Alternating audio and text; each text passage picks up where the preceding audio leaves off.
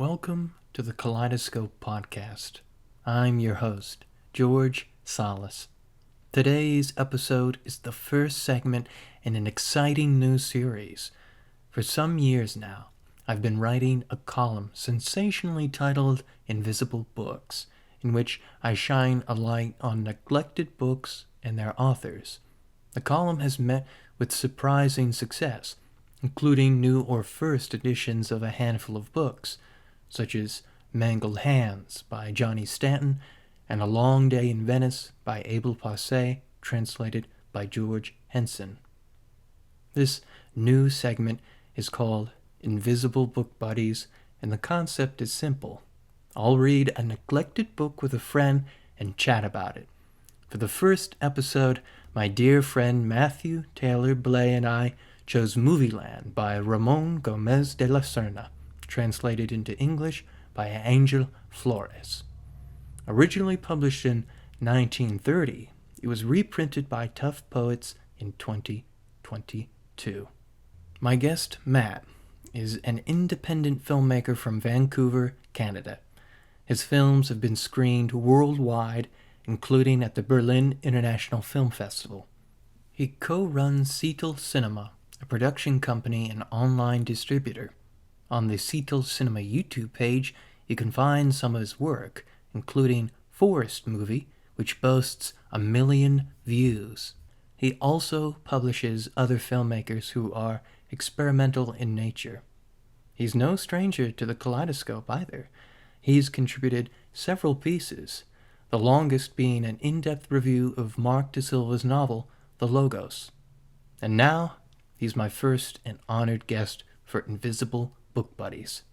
So please, enjoy our conversation.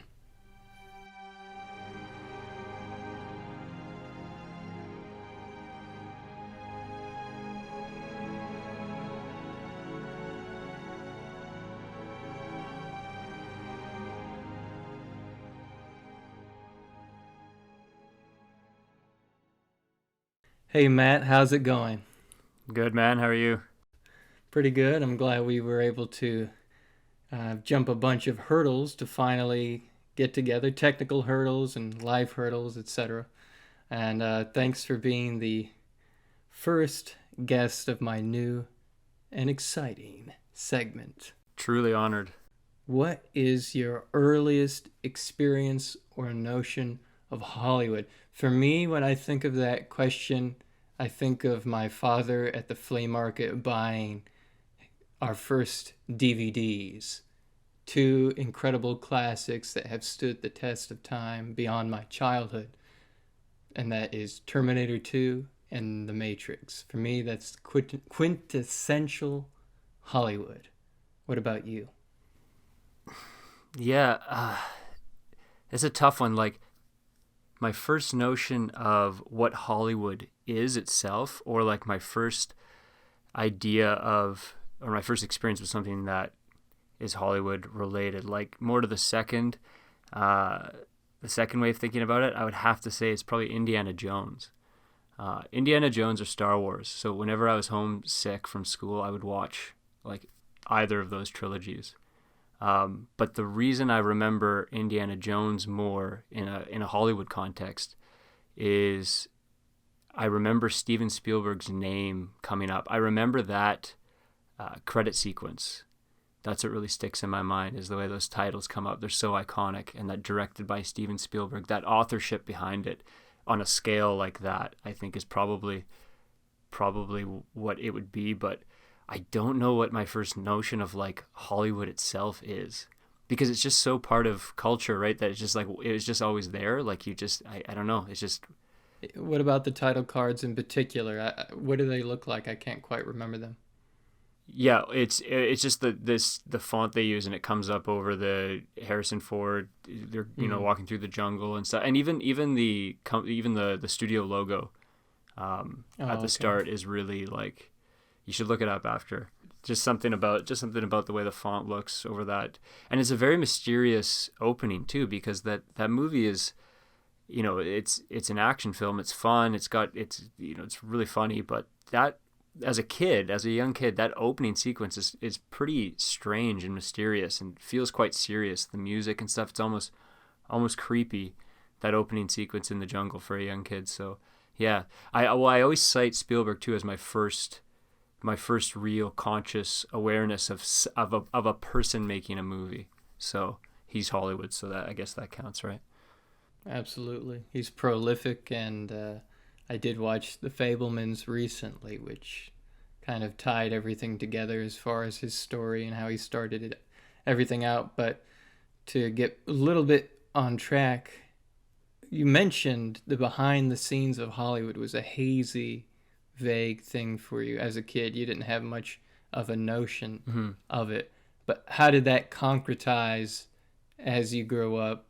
Yeah, see, that's what I mean is I think, growing up in the 90s and stuff, it's just so, I mean, I like tabloid stuff, right? It was just always there. Like it felt natural as a kid, right? It's like a part of that kind of really surface level idea of culture. Like maybe in the grocery store at the checkout, seeing the tabloid covers, something like that would have been my first experience with it. And it's hard to know when any sort of, like, when it became conscious in a way at any point before just, who I am now, like just as an adult and having been able to think for myself and reflect on this stuff. But it's hard to pinpoint a moment where there was any sort of shift or real like conscious understanding of it, like a singular event. But certainly I feel different and think differently about it today. But it's just so in the background. It was just a part of life growing up. As a filmmaker, as an indie filmmaker, how do you see Hollywood? It's still this kind of fantasy land that exists on the other side of the border, as it were. Well, barely, not even at the other side of the border, right? Because I'm living, if people don't know, in Burnaby, basically Vancouver, Greater Vancouver, and they call it Hollywood North, and a lot of things shoot here because they get the tax credits and all that stuff. So, and I've been to film festivals and kind of been very much on the surface a part of some of that stuff, but yeah, it definitely just feels like a whole other world entirely. And it's funny, this is not completely directly related, but it is related. I've been thinking about that in general, this kind of stuff, about like the kind of filmmaker I am, because when I was younger and full of ambition and stuff, and maybe saw a path for myself towards, making bigger budget narrative films or something like that. Those things, like, that was within my goals, for lack of a better term. Something I did want, and to get to Hollywood. I guess, like, I wasn't thinking Hollywood per se, but the freedom and the budgets needed to make ambitious, like, narrative, like large scale narrative projects or something like that. Now that's changed in very natural ways for me as I got older. Like, I do sincerely want to make the stuff I'm making now, but I've also started to realize that, I don't know if I have the temperament. Like, I don't think I have the personality to sell yourself in the way that it's required to even get your foot in the door. Like, there's a fairy tale way of going about it where you just make something on your own terms that's just so good that everyone's like, holy shit, dude, we got to throw the money at this guy. And that's like one in a million. But really, it's a lot of hard work in like a social sort of, whoring yourself sort of way. And there's this quote, Brad Pitt talking about Terrence Malick when they were doing that Tree of Life stuff, and he said he builds houses, he doesn't sell real estate. And for a long time I saw that as like a philosophy. Like, I was like, oh yeah, brilliant. He's just, that's like a way of living. Like, he builds the houses, he doesn't need to do the PR stuff. That's not, he's above it, or however you want to say it, however you want to see it. It seemed like more of a philosophy for me, in my eyes, for a long time, that quote. But I came to realize, I think it's just like like a temperamental thing. Like, not everybody has the luxury to be like Terrence Malick. He kind of has that luxury. No, absolutely not. He's a special case. But I mean, his reasoning for not that quote, I think it could almost speak more to like a personality. Like he would do it if he could. You know, he's just too shy or whatever, or not. I don't think I'm really shy. It's just I just can't. Like, I'm at a point now, if I were to make a new film and like promote it, like I don't even think I could say a single thing about it. Like, it's just so hard. It just feels so.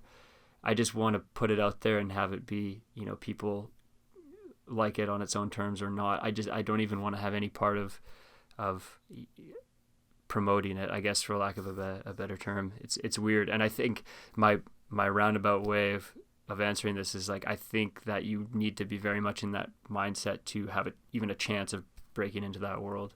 And even when you get your foot in the door, then you're locked in and you have to see the project to completion. I just listened to Martin Scorsese talk about how he almost quit making films twice because he was so weighed down by the responsibility that comes with a high budget major motion picture. But let's move now to the book proper, Movieland by Ramón Gómez de la Serna. Is that enough flavor for you? You can be the one I'm going to say that guy. You can say the name. That I'm going to guy. butcher it. Well, so you've never been to Hollywood, correct? I have been to LA. Yeah. Okay. So you've had firsthand experience. Yeah. And how does that firsthand experience stack up against De La Serna's Movieland? Pretty good, actually. It's a strange place. There's a quality of, you see it in the movies too. They try to capture it in movies set there.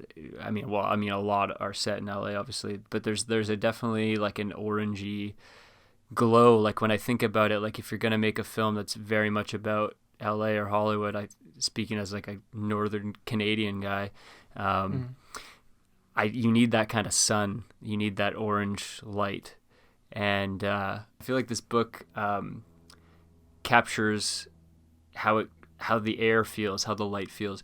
But weirdly enough, and this will get into something maybe we'll talk about later, when I read the book, I saw it in black and white, the action, because I know it was written in the 20s, and Hollywood at this time, you know, is silent and black and white, obviously. So I saw a lot of the book in my head in black and white.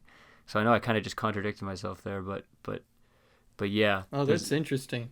I'm more susceptible to book covers, and the Tough Poets reprint has an actress who is just bathed in this blue-hued light. So that was kind of what colored my perception a bit. It's not like I saw the whole book through a blue lens. She is like monochromatic, right? Like there isn't a, see, I wasn't even influenced by that. That's really interesting because I read it on an ebook. I read the PDF, so I didn't see the cover while reading it, but that kind of tracks what I'm saying. Yeah, and I had to ask my friend Nick. He's a book collector, and he has the first English translation edition. It's extremely rare to find, and that has a kind of actor figure on the front, almost like an Art Deco statue, and it's bright gold with a blue background. So that's a whole nother conversation of how a cover can affect the perception of a reading experience. Totally. But we should emphasize that De La Serna has never been, or back in the day, he never went to Hollywood. He never did research.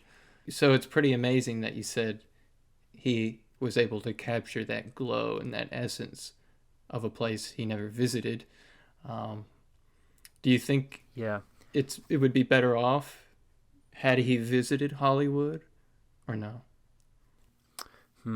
Yeah, well, because I don't know how much of the heavy lifting I'm doing myself there as well, but I think a lot of the things he touches on are what is triggering these things, these images and these feelings and these colors to go off in my mind anyway. So I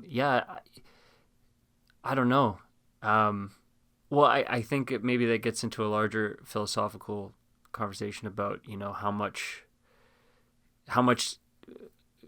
what does lived experience say matter in regards to knowledge, right? I don't think you have to have had experienced being in Hollywood and working and living there to write a good book about it. And I think that could go for most things. So on the one hand, you mentioned you didn't do research. If that's the case, then yeah, maybe his book would have been better in certain specific ways. But I don't think, if you write a good book and you never went there, I mean, whatever. I don't think you need to have that element to do a good job. And Hollywood is so, it's different then, but you ask anyone, they're going to have there's going to be somewhat of a crossover with what you think about it, right? To be clear, Ángel Flores in his introduction says that De la Serna had never been to Hollywood and had never been to the USA. The USA, he, yeah. He could have very well have done secondary research, like watching the films themselves and being enamored by them. Definitely. But what you say definitely applies to a novel like this, which is highly surreal, fantastic, definitely not grounded in the reality that you and I would know from a day-to-day basis, to say the least. Yes. And as far as plot, there is no real traditional plot here. Instead, the book is composed of vignettes that overlap, intersect with each other, sometimes featuring a character that we had met earlier, sometimes not. The characters kind of pop in and pop out of the Movieland spotlight, as it were. Before I ask you my next question, I wanted to just ask, what was your general impression of the novel? Did you enjoy it? Because we both read this for the first time. Mm-hmm. Yeah, I think I have a good take on this. So my impression, I did enjoy it. You mentioned the translator's intro as well. I actually thought that was really well written. That was really interesting. There's some good prose in that introduction. This guy's a good translator. I think the translation was really interesting. I mean, I can't speak for the original prose, but I thought in its own right, was really interesting, and I could see that from the introduction as well. And he mentioned something in the introduction that it's this, kind of super idealized version of Hollywood, more than usual even. And even at the time when Hollywood's relatively new, I'm asking myself, like, do we need this? Like, Hollywood kind of is so idealized already, and don't I already idolize it and idealize it enough myself in certain ways, just by loving a lot of Hollywood movies and stuff like that. And I was thinking, well, unless it's satire, right? And I think it is. I think largely there's a lot of stuff. The translator doesn't really get into this, but I think there's a lot in the book that is, Hollywood's in the crosshairs in this book. And at the same time, he undoubtedly loves exactly the art that comes out of Hollywood. So there's a nice balance there, I think. There's a nice balance. And so the balance there, I think they inform each other quite nicely. And the idealized element that the translator was talking about, what I'm trying to get to here is my impression of it, and I think you can view it through that lens, was that this book is kind of like a fable, kind of like a myth. It felt like one of my earliest impressions of it is it felt like I was reading like a modernized translation of an old myth. Mm-hmm. And you had like a fairy tale vibe to it. And I think the vignettes and like the way he gets into like these types and categories of villains and different people that live in the world. I'm gonna get blasted for saying this, but it almost felt like Homer. It almost felt like the way he describes elements of the army and people within the armies and stuff like that. So it felt like formally it was written like a myth. I'm certainly not an expert in that regard. So I don't know how off I am, but it felt like I was reading this kind of like updated, modernized translation of a very, very old story. I pretty much have to agree with you because I was just starstruck, pun intended, by this book. And, I'm a sucker for myths, and in my own work, Yeah. I reach toward modern myths while also paying homage to Homeric myths and other ancient myths, etc. So that's one reason why I loved this. Not even because I love film, but that also helped. Yeah. But yeah, what about all the vignettes? There's so many to choose from and just kind of savor. Is there one in particular that stuck out to you more than the rest? There's a couple, and it's funny. It's kind of jumping off point from what you just said because, I knew before recording this how much you love the book, and I had a theory that whether it was conscious or not, that it was because, well, not only because, or at least, scrap that part, but rather a general feeling I had about this book in general too is that it felt very much like something you would write. It felt I'll take that as a compliment. Well, it's a short book, right? It's a pretty slight short book, and in many ways it felt like I was reading a section of echoes of like your upcoming novel, which has all these novels within novels. I think it would work as something like that. And speaking about favorite sections in vignettes, a lot of them are just like dude, this is totally a George thing, a totally George idea. Like the insane asylum for actors who believe they're their characters. Like that's a George idea. Like this, I felt like I was reading something you had sent me or something like that. So. And I felt like I was reading a kindred spirit. And you mentioned Totally. The book is so short.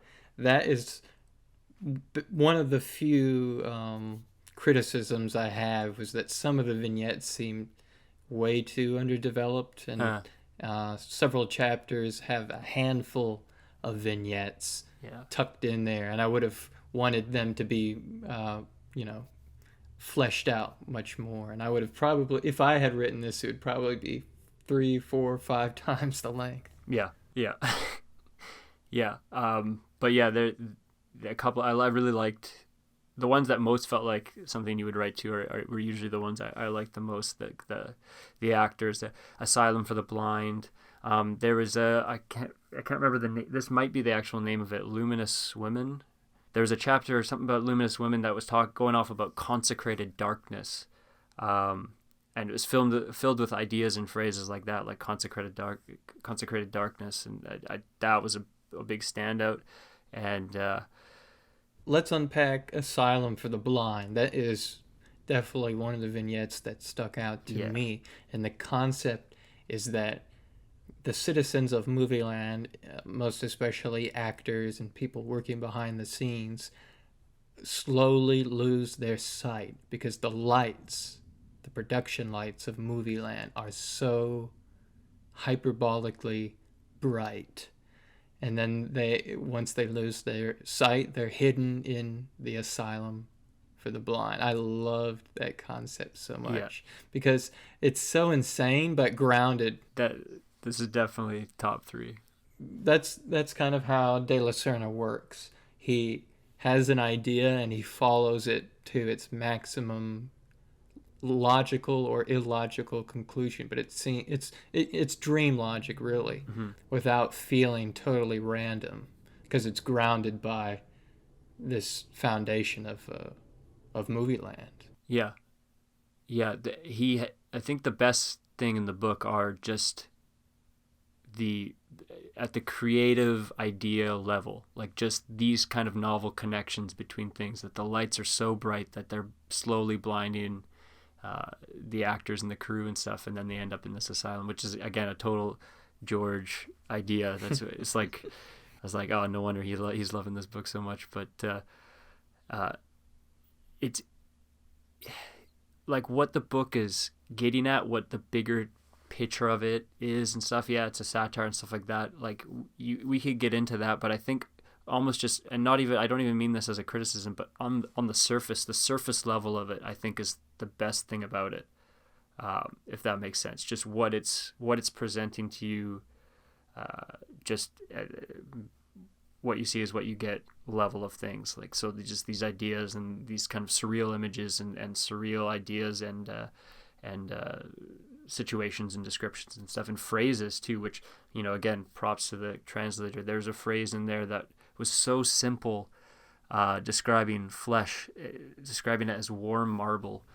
And I noted that as one example of, there's a lot of descriptions of things that are like that, where it's not necessarily surreal or crazy surreal, but far from the regular way of describing it. But like you said, exactly how you describe it, grounded in reality. So not normal, but grounded in reality, which I think something like warm marble as flesh is an example of that. And yeah, I think that's just what I like most about the book, honestly. And you say it kind of harkens back to Homeric myths and other types of myths, but I also wanted to emphasize that by any stretch of the imagination, De La Serna is a futurist. Yeah. And there are sections in this novel that feel, in some sense, ahead of its time.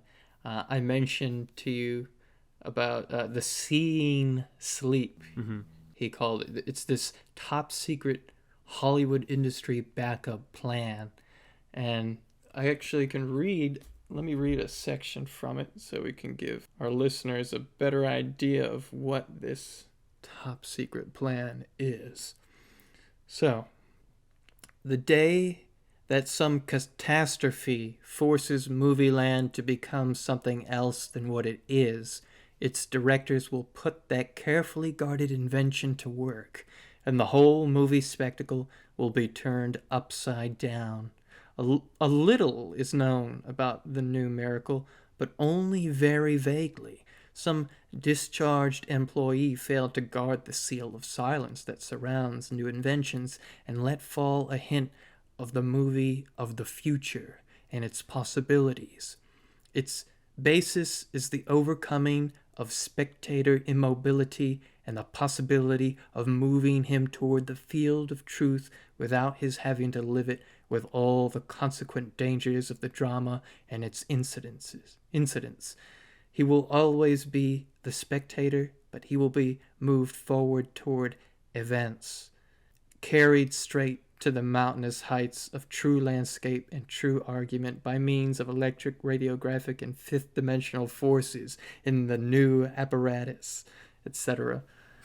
So, yes, that's very visionary, I would say, and almost goes even beyond the trend that we live through regarding 3D films and even the 4D experience where they blow air into your face and whip your legs with little fibers or something. And goes beyond that and enters a kind of virtual reality, like the metaverse, for instance, where we would experience films in a kind of hyper-dimensional environment. What did you make of all that? Yeah, it sounds like VR, sounds like video games a little bit. I think actually VR, it sounds like VR is what he's describing, but what he means, I think, is closer to video games too. This idea of you're a spectator, but you're far more involved in the world with no consequences, right? So I guess in a video game, you're not a spectator so much because you can make decisions and you control the actions, but you are, generally guided by a narrative or rules or things like that. But I'm thinking of it in terms of like being able to actually not just say watch violence as one example, but engage in it consequence free, which makes me think of video games. Exactly. So when does the concept of a film break down? Would this Hollywood backup plan be even considered, film anymore? Or? Yeah, that's the other thing too, is it doesn't sound like he's talking about movies anymore. And this isn't something I've given a whole bunch of thought, but a part of me does think that, if you were to successfully make, say, a VR movie, I think we're talking about a different medium now. Video games obviously are, but I think VR would be too. Like when it gets to the point beyond novelty where it actually is, and it may be there now, I don't know, but where it's engaged with a large level, maybe approaching movies in terms of popularity, if we get to that point. Those things, whatever they are, that are so popular and successful, probably aren't movies, because in VR you can still look around you and engage with the world. If I can imagine, if it was a VR movie, maybe you're in the driver's seat in a car chase or something like that. But so that's, to me, that's closer to, and this is what VR kind of is promising, is it's an experience at a maybe a deeper level, not necessarily emotionally, but physically, I guess we could call it. It's just a different experience. You're sitting in the driver's seat, you feel like you're there, but you can control where you look, right? And a movie is an art form, a medium, conveying things through a certain way. It has its restrictions, it has its rules. They're there for a reason. That's what makes them movies. And one of those things, with the biggest element of its formalism, is shot selection. And you lose that with VR. You don't have an authorship there where someone is, of course you have an authorship, right? I'm not saying that video games or VR aren't art or can't be or whatever, but it's in a different, I feel like it's in a different realm, so to speak, because in movies, you have the authorship is behind, this is what you're seeing and that's it. This is what you're hearing and that's it. And then you're going to hear this and see this. And then you're going to hear this and see this. And the juxtaposition of those things is what is making the movie what it is. And if you can choose where to look at any given moment in the experience, outside of the frame, so to speak, where you can literally say turn your head around or go in a different direction, that's not a movie anymore. Even many video games these days are reaching toward truly cinematic experiences. I'm thinking of Hideo Kojima's Death Stranding, an experience that features these A-list actors like Mads Mikkelsen and Lydia Sado, if I'm pronouncing that correctly. And then you have David Cage, who created Beyond Two Souls, featuring Willem Dafoe and Page. But I think whether we're talking about video games, film, or this hazy virtual reality space, the essence that connects all of them and more is escapism.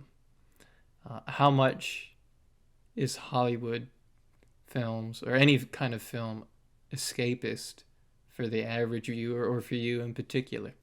Hollywood or movies in general? Hollywood more so. Definitely for general audiences, I think there's nothing to be ashamed of, let's say, or I have no issue, coming from the kind of films I make or what I like. There's no issue for a second with wanting to escape the drudgeries of your life, of the work day, and go see something fun and entertaining. And I think, I definitely turn to Hollywood to provide that.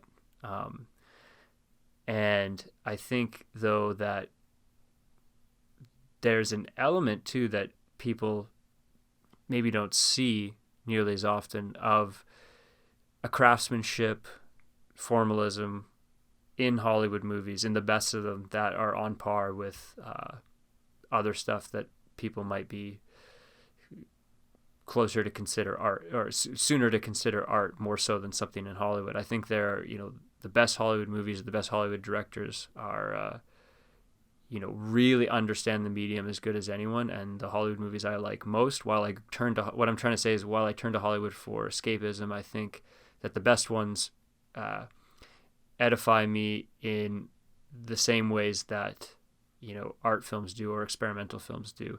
Not literally the same way, but I mean, they scratch that itch too. Like, there's some amazing formalism in great Hollywood films, and amazing images and beautiful images too. And I don't think that escapism necessarily has to limit that, or at least even if I'm turning to it for escapism, it's providing those things as well. That's certainly possible. So for me, speaking personally, I would say no, it isn't just escapism.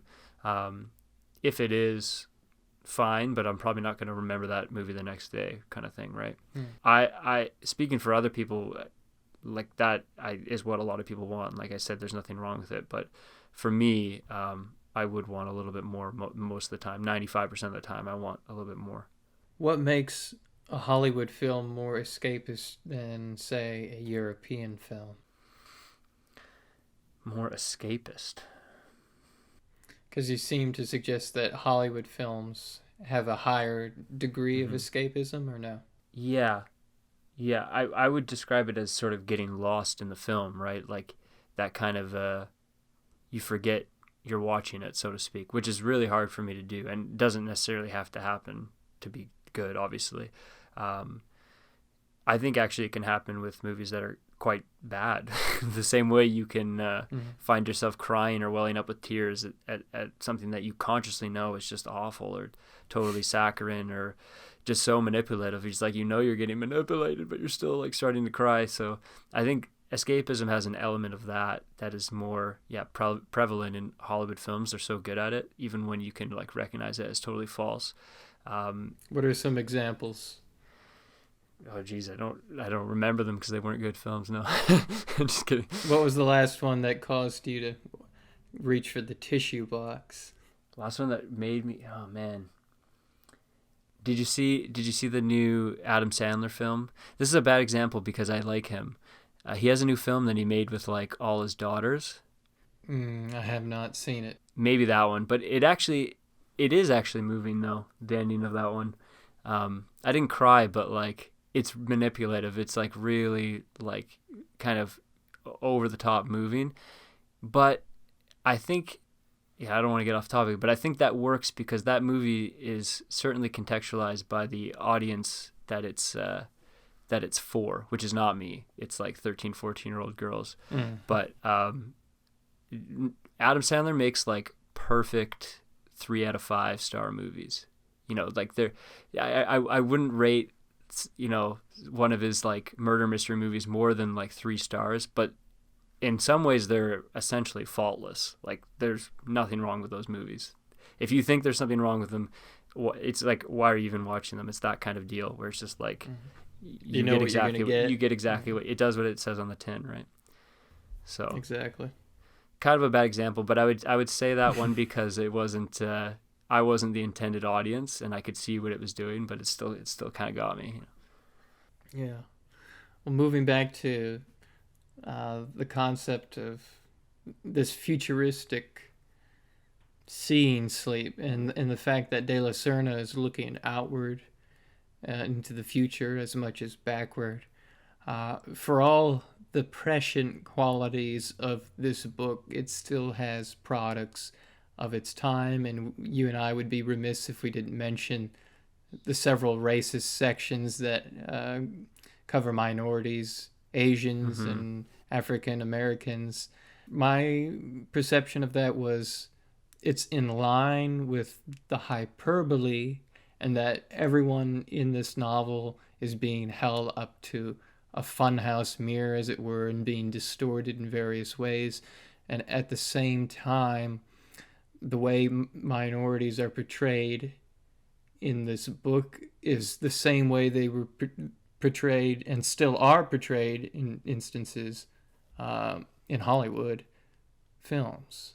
I don't know what your take was. Yeah. I mean, I wish it could just be like, oh, this is just a product of its time, and kind of, if it's just like a small part of the book, you could ignore it. But unfortunately, it's kind of a substantial part of the book. Like, it's a short book, and you have to grapple with it. And yeah, it's a tough one because on the one hand, like I said, I think everyone in this book, as you're kind of saying, is in the crosshairs. And a lot of the, white elite class actors, whatever, are not let off the hook as well. For me, though, it got a little distracting because I think especially with the African Americans, he just it takes it further than necessary. Because for me, it's like, if this is satire or, you know, a reflection on how they're portrayed in Hollywood, you know, I would have expected it to stay within sort of the bounds of, or restrict it to the perception of them, right? So whether that's the, you know, actors or the elite class in the novel, the way they see them, because there's a lot of those interactions between them, you could do it in a way that limits it to just how they're seen by others. But I feel like, for me personally, it goes outside of that a little bit into just, you know, I don't want to say what the author thinks there, because I don't know, but I think it just gets taken too far. Like, if everything's being satirized, then they're the biggest target. It's obviously a touchy subject, and anyone who's approaching this book should be aware of those things so they aren't caught off guard. It is in line with, whether it goes too far or not, it is in line with the kinds of caricatures and the type of racism you found back in the day, and in some ways very relevant still today. Whether de la Serna espouses those views or not is kind of a different question. But yes, readers should keep that in mind. And to move on a little bit, I want to talk about a section that mentions film adaptions. Yeah. And I'm going to read this section, then we can talk about it. A character says, "The works of the great masters of literature live gorgeously in the films that have been made of them," said one of the cast. "Don't you believe it? When they come to life, they are lost." Someone else says, "There is no fragrance left in a book after a film has been made of it. Poor authors. They are seduced by a siren who first muddles things up and then dries the life out of them." Then you don't think that a great novel is improved by being filmed? Not in the least. It is destroyed, rendered null and void, sent back into the darkness of the unimagined. What do you find funny about that? Oh, just that he's just ripping movies apart there. How much do you agree with his take? You know, I think I want to say I disagree, but so I could go along on this. There's a couple ways we could approach this. He specifically says great novel. So on that front, I'm probably going to lean more to agreeing. But I think there's a difference between adaptation and what I think of it and what I think it should be, versus just merely transcribing a novel to the medium of movies. I think the latter is what usually happens, and that's what makes really, really bad movies out of great books. I think the greatest of books probably aren't adaptable anyways, and if they are, they're not going to look anything like the book, and they shouldn't. You're adapting what makes the book a great work of art into an entirely other medium. If you're just literally transcribing it over, it's going to just look a lot like you just took the same characters' names and the same things happen. But if you're just making a traditional movie telling a story, the form is of the movie is going to completely lack what makes most great books so great, right? Their inventiveness and their, I'm thinking like someone like Joyce, right? It's just a really easy example to go off from. And I actually have the Ulysses movie adaptation. I haven't seen it yet, but I'm interested to see how that was done. Because my guess is if the movie is just going to look like any other movie and you're just adapting everything else about Ulysses, you're gonna suck the life out of it, so to speak.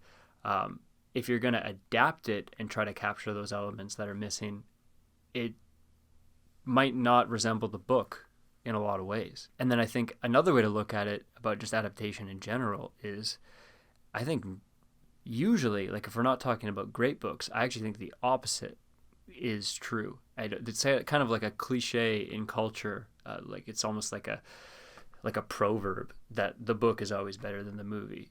Not at all. I think the movie is usually better than the book, because most books don't have Joycean prose. They aren't interesting in those ways. They aren't great works. Like a lot of the things that get adapted are, genre books, thrillers, whatever. And you get a sort of opposite effect where the sort of boring prose of like a airplane paperback novel gets turned into, if you're lucky, pretty bland, normal, inoffensive images. And then instead of spending 8 hours or 10 hours or 6 hours or whatever with this story, now you're only spending an hour and a half. So it cuts out all the fat. So if I had the choice between reading, the bestseller thriller and watching like the shitty Netflix adaptation, I'm going for the Netflix every time.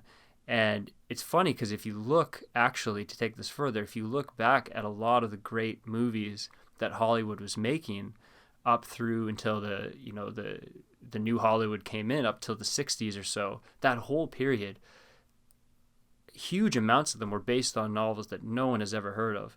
Tons of westerns and film noirs, and they're all based on books that nobody knows anything about. And that's because the novels are just serving as the sort of skeleton for the story and the characters, and everything else that makes movies are coming from the hands of the crew and the directors and the editing and the things that make movies special. And you have Dana Andrews, his face up there with the lighting, and the composition and the rhythm of the film in a film noir. You don't get that in the books that they're based off of, because they're kind of just whatever books.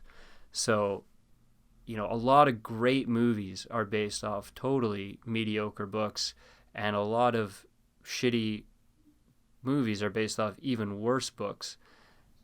Not many great movies are based off truly great books, in the way that makes, at least speaking for myself, a lot of my favorite books, what makes them so great. They're not really even adaptable. So overall, I disagree in like a kind of a conventional way, but I also agree that in many cases, great books are going to have their life sucked out of them if they're not handled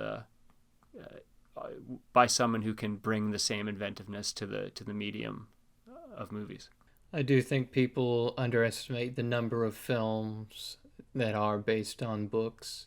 There's so many, in fact, that many films I love, I don't even realize or remember their adaptions. But two of the biggest elements with a film adaptation that cannot quite get translated are the prose itself and much of the interiority of characters, and that's a bit easier to get onto the celluloid, as it were, but the prose, that is more often than not lost.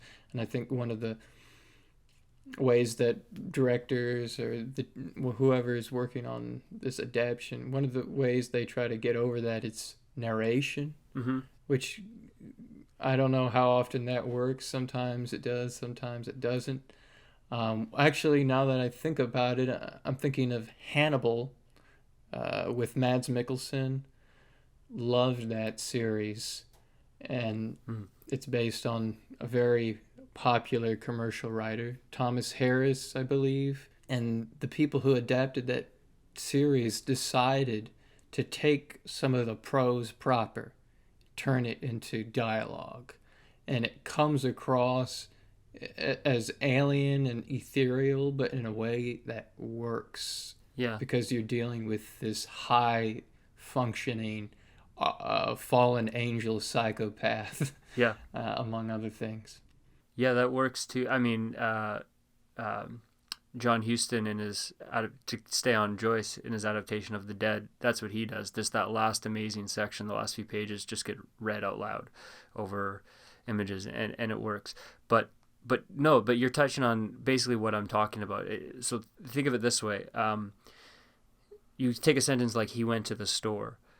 How would a great writer write that, right? Okay, so I'm not going to try to my own way of writing that into like a masterpiece sentence, but you can just imagine in great literature the equivalent of that, right?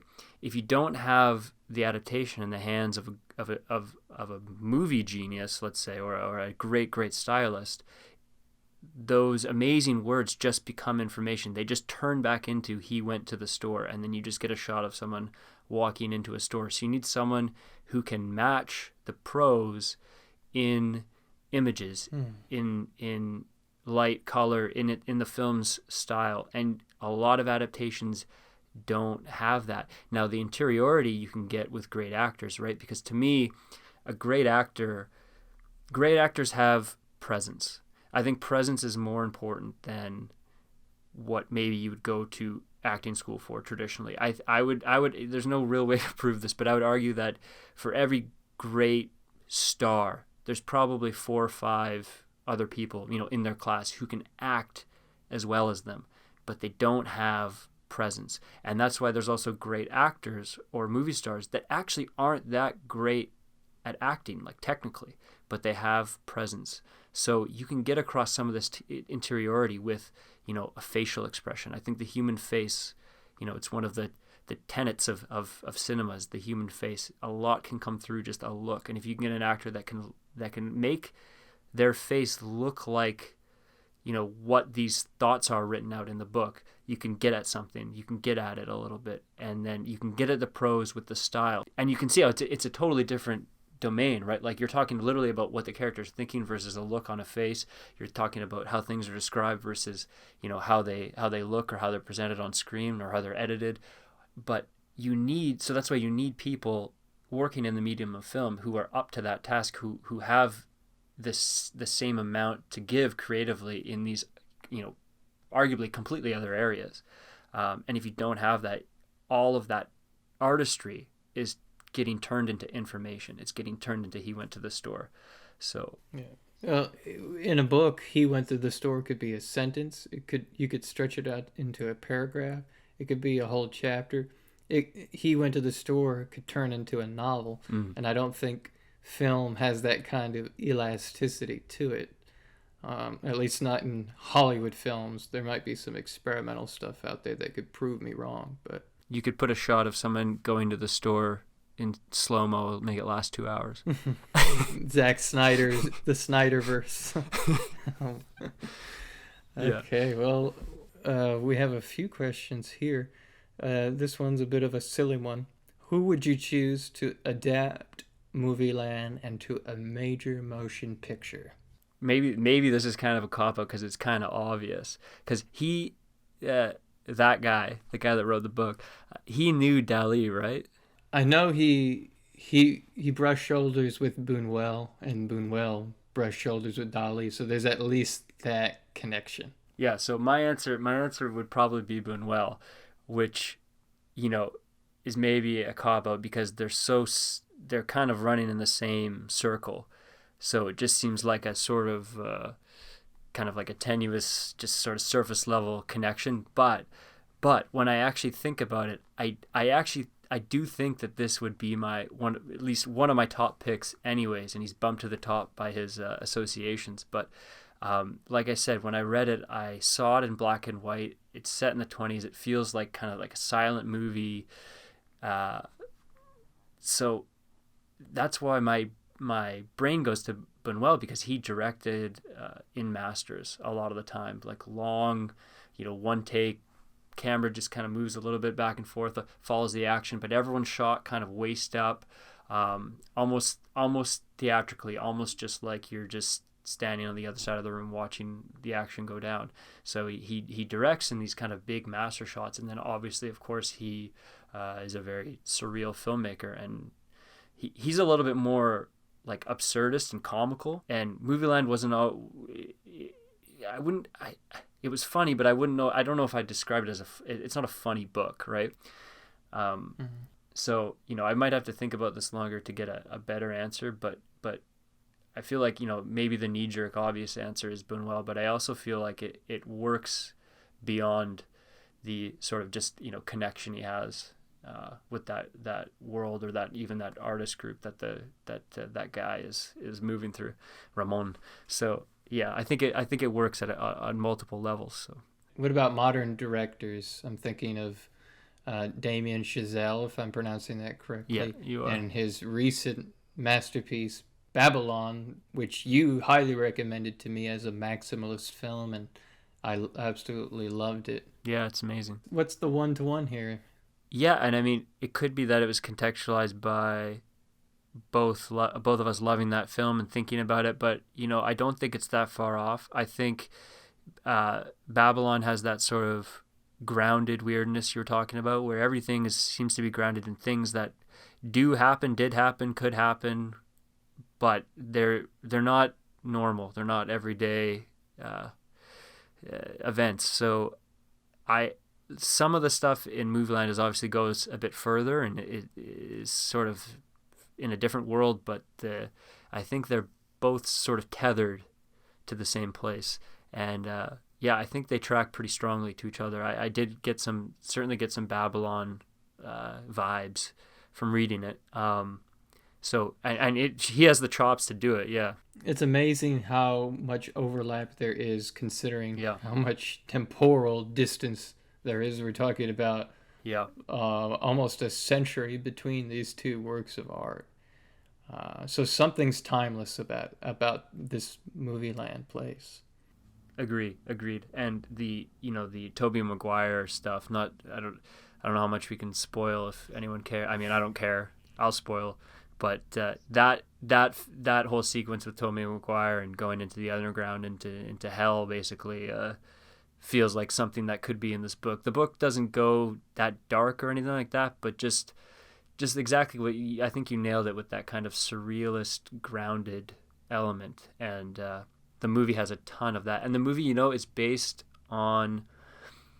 You almost can't call it a historical movie. Like Chazelle did a lot of research, but a lot of it is based on anecdotes, and he's playing into the myth. He's playing I think he's holding Hollywood at arm's length in some ways, and he's not afraid to criticize it and just kind of present it as this absurd thing. But the absurdity is also coming from the myth of it too. So a lot of that stuff certainly never happened. And people criticized him for it, like, come on. Which is just so okay.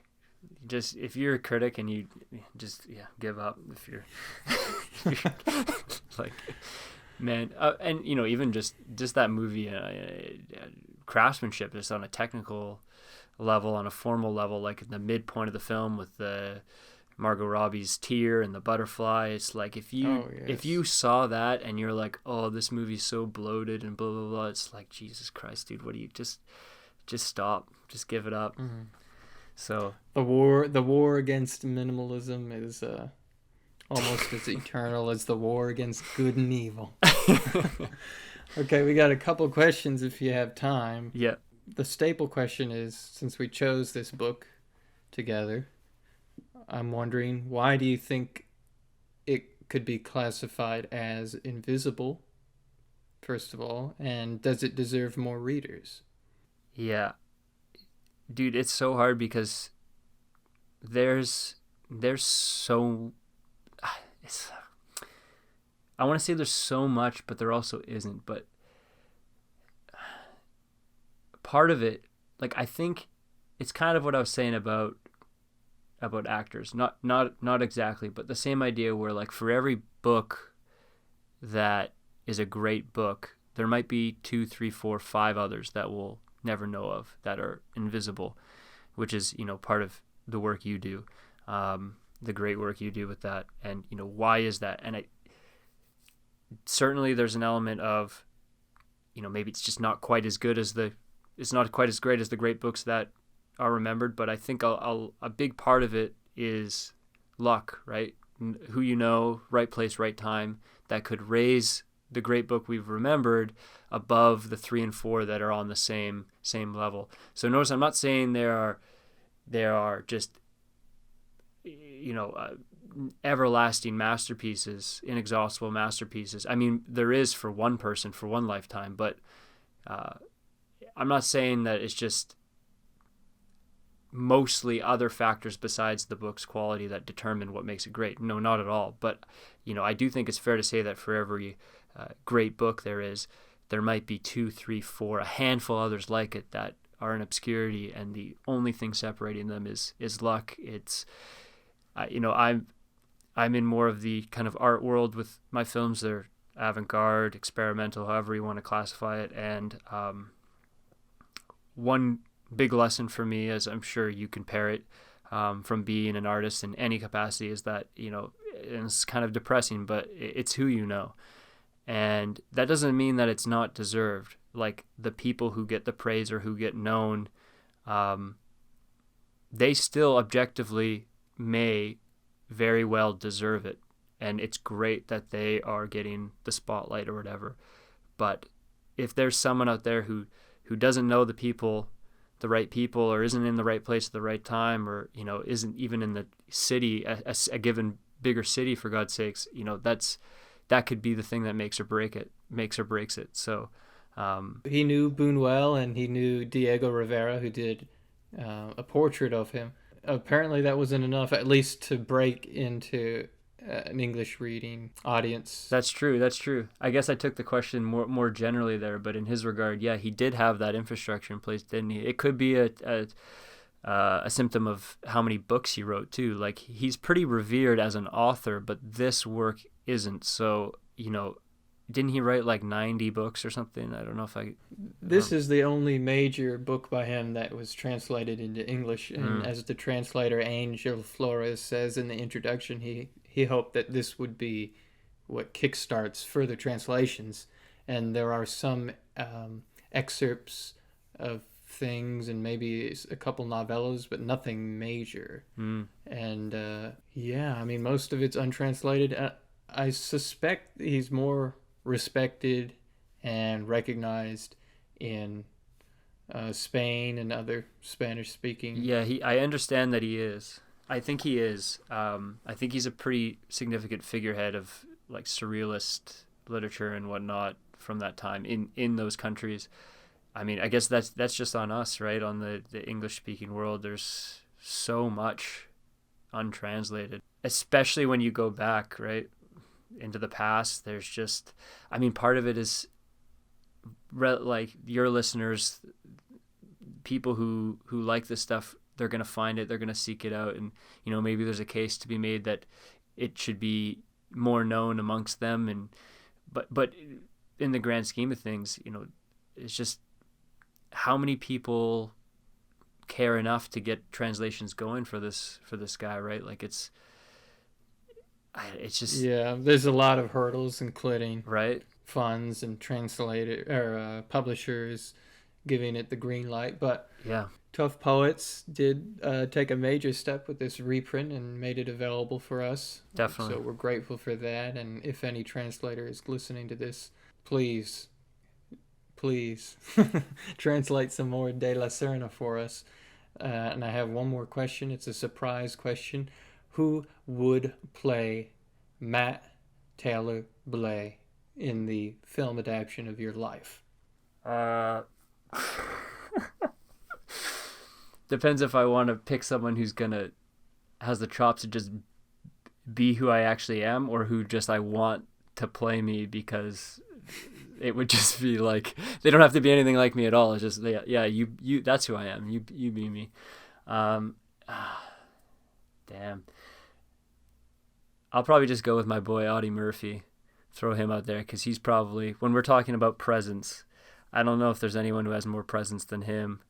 And he's nothing like me. We're nothing like each other, from what I could tell. But just the idea that Audie Murphy played me would be just, yeah, that's just who I would pick. What has he done? I mean, he's dead. So, like, this is totally hypothetical. He made B-movie westerns. If you want to get a good sense of what he was like, watch No Name on the Bullet. He's the most decorated soldier in American history. He killed like 50 Nazis by himself. Like, I actually never even confirmed this, but basically in Inglourious Bastards, that German guy, remember they make a film about him, like holding off like hordes of soldiers just by himself in the sniper tower. Have you seen Inglourious Basterds? Yes. Yeah. So that's basically what Audie Murphy did in real life. Wow. And he came back from the war, totally just this young guy, totally like fucked up by it, obviously, right? So he's doing these kind of just like innocent B-movie westerns, but his face, all that pain, all that trauma is there, and he just heightens these sort of kind of what should be a nothing character into just, he's actor as a tour. That certainly, because me, I love B-movie westerns. I think there's a lot of artistic innovation and move the medium, huge leaps and bounds in the 40s and 50s. But a lot of those movies weren't just B-movies, and a lot of those movies were helmed by great directors. Audie Murphy's movies, most of the time were not. It's him that heightens them. So you're not always getting like this great work of art from a directorial perspective, but every frame he's in, you just can't take your eyes off of him. So maybe this is an excuse to talk about him, sort of pick him. Doesn't really work, doesn't really make sense. He's like 5'4", but I've been compared a couple times to Jake Gyllenhaal. Oh yeah. I've since lost my hair, but I remain. The thick eyebrows remain. I think we share something in the eyes. He's fairly handsome, to say the least. So I accept. He's fairly handsome. Maybe I'll take him as well, because he tends to work with Canadian directors. It seems like he has a thing for Canadian directors. So maybe I'd actually have a shot. Which directors or which films? Oh well, he's worked with I'm gonna butcher the name. The French guys, right? Villeneuve, Denis, yeah. right? And Jean-Marc Vallée, R.I.P. He worked with him in Demolition. He had a great streak starting with Nightcrawler, Nocturnal Animals, Enemy. Demolition was pretty good. I think he's since lost that streak, but those are some great films. And next, he'll play my biographical film. Yeah, that's getting greenlit. Someone's going to hear this podcast and say, that's it. Perfect. It'll be a man in a room working on a sophomore novel for 10 years. Yeah. Yeah, he had a good... Prisoners is another one. He had a good... mid 2010 streak. I'm not the craziest, like, biggest fan of all those movies, but I think he had a great run of, like, him as a performer, right? He definitely is the reason to watch a lot of those movies. He just doesn't, as a fellow Canadian Matt Johnson would say, he doesn't give up. He doesn't give up in those movies. Well, we're gonna have to give up on this podcast so you can pick up your child. Yeah, too bad that we can't go a little bit longer. It's a lot of fun, and I'm always game to do another one. If you run out of friends, if you run out of book buddies, we'll just cycle back. I've already run out. You're the only one. Okay, well, let's do episode 2. What's it gonna be? Oh, it's a pleasure, and I hope to have you again. And take care, brother. Yeah, thank you so much, George. I look forward to many more.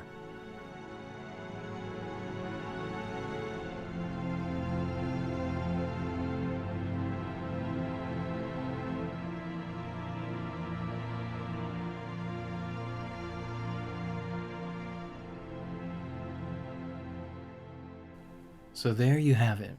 Thanks so much for listening to the debut episode of Invisible Book Buddies. Don't forget to subscribe to Sital Cinema on YouTube. That's Sital, Sital. They even accept films for potential publication. You can find my text review of Movieland at www.thekaleidoscope.com. among a mountain of other high-quality literary content. If you enjoyed this episode and want early access to content like this and other benefits, consider supporting my efforts through our Patreon page at patreon.com/thekaleidoscope. Every bit helps to fight against the apocalypse of wordlessness. You can also support the show by purchasing Movieland using the affiliate link in the description. For this book and many others, I encourage you to explore our bookshop store page at bookshop.org/shop/the kaleidoscope. Be sure to tune in again next time because I have other exciting guests lined up for this segment and the podcast proper. Thank you.